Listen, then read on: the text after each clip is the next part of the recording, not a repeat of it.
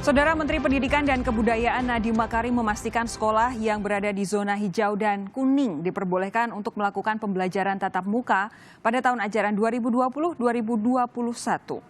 Hingga saat ini ada 276 kabupaten kota yang dinyatakan masuk dalam zona hijau dan kuning. Sementara yang ada di zona merah dan oranye sebanyak 238 kabupaten kota. Bagi siswa yang berada di zona ini masih tetap dilarang melaksanakan pembelajaran tatap muka. Penyebaran virus corona telah berdampak besar bagi para siswa di seluruh Indonesia. Data dari Kementerian Pendidikan dan Kebudayaan menyebut di tahun ajaran 2019-2020, jumlah siswa sekolah dasar sebanyak lebih dari 25.200.000 siswa. Sementara jumlah sekolah dasar sebanyak 149.000 lebih. Virus corona telah menyebabkan sebagian besar siswa harus melakukan pembelajaran jarak jauh dengan memanfaatkan internet. Sayangnya, menurut Kementerian Komunikasi dan Informatika, masih ada 12.000 lebih desa yang belum bisa mengakses internet dengan baik. Dari jumlah tersebut, sebagian besar ada di daerah terdepan, terpencil, dan juga tertinggal. Bagaimana memastikan para siswa yang melakukan pembelajaran tatap muka di sekolah tetap terjamin kesehatannya dan sekolah tidak menjadi klaster baru penyebaran COVID-19? Kami akan bahas setelah berita yang satu ini.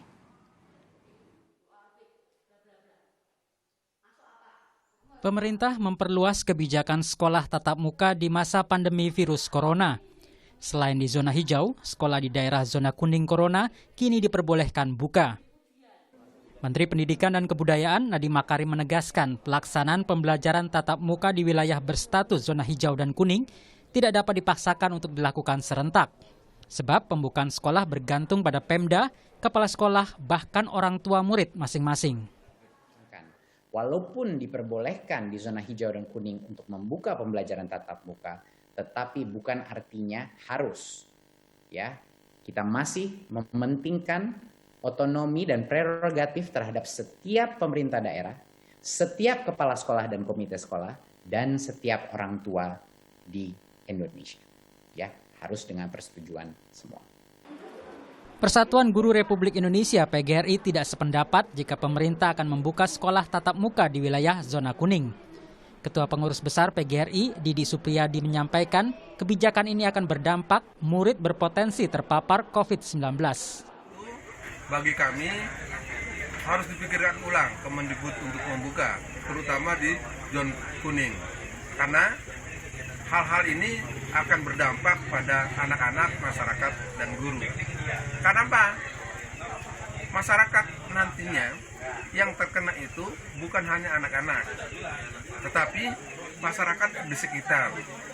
Dalam perjalanan anak-anak ke sekolah, pulang ke sekolah.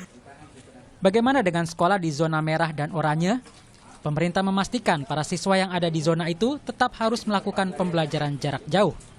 Namun tidak semua siswa memiliki akses internet, misalnya di Parepare, Sulawesi Selatan. Untuk membantu para siswa, Polsek Ujung Kota Parepare menyiapkan jaringan internet gratis. Jadi ini program dari Bapak Kapolsek untuk membantu warga yang ada di sekitar Polsek sini. Kita menggunakan WiFi yang ada di Polsek, kita panggil anak untuk ke sini, kemudian belajar di sini. Betul, kalau kita bisa ajar ya kita bantu mengajar. Sementara itu, Pemkot Semarang akan memberikan kuota internet gratis bagi seluruh siswa dari tingkat TK, SD sampai SMP, negeri maupun swasta, serta guru dan tenaga pendidik. Untuk kuota para pendidik maupun guru sebenarnya kan Pak Menteri sudah memberikan surat keputusan atau apa itu ya, yang intinya bahwa dana pos itu bisa dipergunakan untuk kepentingan warga miskin maupun para pendidik untuk membeli kuota. Pengamat pendidikan Doni Kusuma menilai proses pembelajaran jarak jauh harus dipersiapkan lebih baik lagi. Mulai dari memperbaiki keterampilan guru hingga penyediaan sarana-prasarana belajar.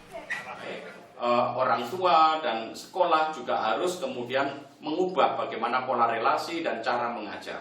Karena belajar secara jarak jauh apalagi melalui daring itu sangat berbeda dengan pembelajaran tradisional di dalam kelas. tidak bisa memindahkan begitu saja, tetapi harus mempergunakan metodologi-metodologi tertentu yang membantu siswa memiliki pengalaman pembelajaran yang otentik.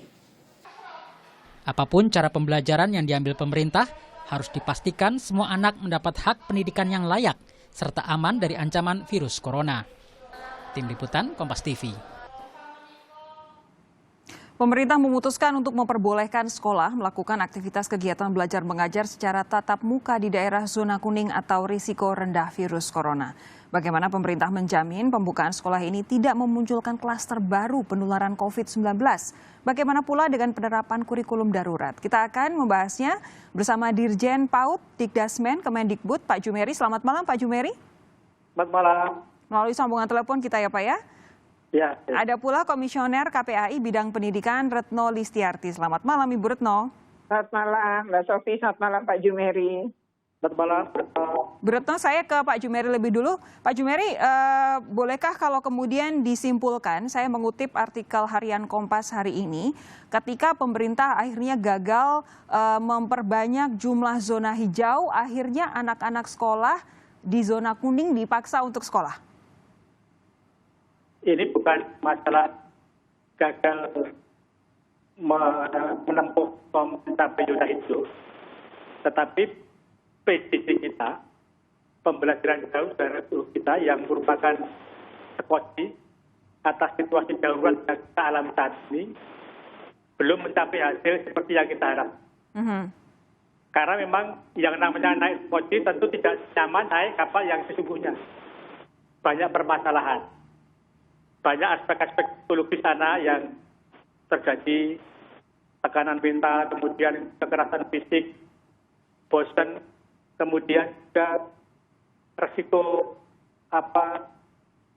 putus sekolah besar, capaian hasil belajar tidak maksimal dan optimal.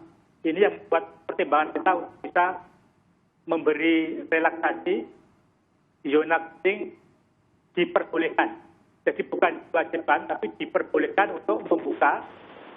Dan ini dengan keputusan ada di pemerintah daerah. Karena pemerintah daerah yang paling tahu kondisi yang paling real di daerah. Kepala sekolah paling tahu kondisi sekolah. Dan orang tua paling tahu kondisi putra-putrinya. Oke, Bu Retno, saya ingin minta tanggapan Anda dong ketika kemudian sekolah di zona kuning diperbolehkan untuk buka, Bu Retno. Ya, kalau KPAI pada posisi menyayangkan keputusan ini ya, mestinya pemerintah melakukan dulu evaluasi terhadap SKB 4 Menteri pada zona hijau. Karena faktanya di zona hijau itu kan saja sudah terjadi pelanggaran. Pelanggaran sendiri mencapai lebih dari 70. Dan ini memang tidak bisa ditindak karena tidak ada di dalam aturan untuk menindak. Nah, kita juga harus belajar sebenarnya dari zona hijau. Misalnya Pariaman, Tegal, itu zona hijau. Tapi begitu dibuka, ternyata di Pariaman ada satu guru dan satu admin sekolah, operator sekolah yang terkena, dan dia sempat berkontak dengan 70 anak. Lalu juga di Tegal, ternyata anak ini sudah tertular dengan orang yang menginap di rumahnya, dia orang Jakarta kan begitu ya. Kemudian dia sempat sekolah dalam kondisi yang memang sebenarnya dia sudah terinfeksi COVID-19. Artinya banyak sekali kemungkinan-kemungkinan itu, dan banyak wilayah sebenarnya tidak memiliki jumlah pengetesan sebagaimana disarankan oleh WHO dan juga oleh IDAI, yaitu kalau ada satu kasus maka 30 orang di sekitar dari lingkungan ditemukan kasus itu kan harus dites ya. Dan ini artinya 30 kali lipat pengetesan PCR ya. Dan ini ternyata kan juga yang memenuhi baru DKI Jakarta untuk prinsip 1 berbanding 30. Yang lain wilayah belum. Jadi ini mungkin banyak orang OTG itu kemungkinan besar. Oke, tadi kami mengalami kendala komunikasi dengan Pak Jumeri, jadi harus ditelepon ulang. Kita coba, Pak Jumeri sudah bergabung bersama kami lagi? Pak Jumeri? Belum tampaknya ya, Pak Jumeri? Oke, Bu Retno, jadi kalau kemudian anak-anak di zona kuning akhirnya diminta untuk sekolah, walaupun katanya tadi bukan dipaksa begitu ya, ini benar-benar diserahkan kepada pemerintah daerah dan juga dinas setempat begitu. Yang Anda paling khawatirkan apa? Penularan ya. Jadi sekolah menjadi klaster baru itu yang paling dikhawatirkan. Karena sebenarnya kalau kita belajar dari zona hijau dibuka, itu kan tadi terinfeksi. Kami khawatir apalagi di zona kuning gitu. Orang zona hijau aja yang katanya hijau masih terjadi kasus. Itu yang memang sangat kita khawatirkan. Kemudian yang kedua, bagi kami KPAI hak sehat adalah yang pertama. Hak hidup adalah pertama, hak sehat, baru kemudian hak atas pendidikan gitu. Kalau pakai urutan di masa pandemi seperti sekarang ini, artinya keselamatan anak-anak seharusnya di atas segalanya. Karena beberapa kasus IDAI mengatakan anak-anak yang terinfeksi COVID-19 ketika sembuh dari COVID, ternyata paru-parunya juga mengalami kerusakan. Itu ada beberapa kasus ditemukan. Nah, kita kan khawatir kalau kerusakan itu permanen hingga dewasa, ini kan biaya yang harus ditanggung negara juga lebih besar ya. Oke. Kita coba lagi Pak Jumeri, selamat malam. Sudah terhubung lagi kah?